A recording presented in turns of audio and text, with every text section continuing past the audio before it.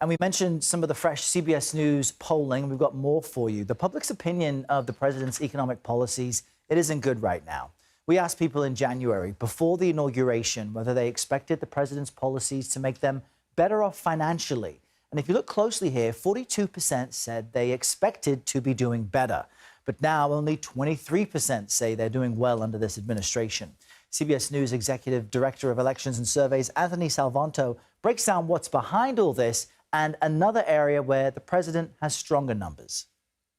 We know this week brought some tough economic news, and Americans told us in recent polling they still rate the economy as bad. So what happens now as they evaluate what the Trump administration is doing on that front? Let me start with this measure of focus, because early on in an administration, it's often about what the public thinks a president is trying to do. Well, look at this. Nearly two-thirds say the administration not focused enough on trying to lower prices, but a majority does think that they're focused too much on imposing new tariffs. Now, why is that important? It's because of what they think tariffs might do.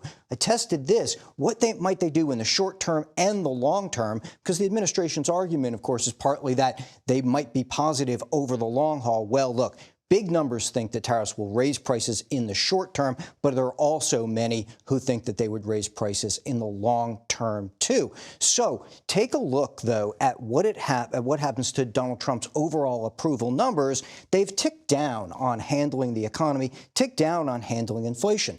Let me turn to immigration, though, because that is net positive for the president. So let me show you why. Not just handling immigration, but also in particular, you get majority approval for his program to deport immigrants who are in the U.S. illegally. That remains positive. Another big topic, of course, in the news is changes to the federal workforce. That continues to split Americans, but one measure that I think worth watching is, do you think those cuts will have impact that matters, that you care about? Well, even a third of Republicans feel that it will, and big majorities of independents and Democrats think so. So that's certainly something to watch. And then, of course, what happens if we talk about checks and balances? Should federal judges be allowed to review a president's policies?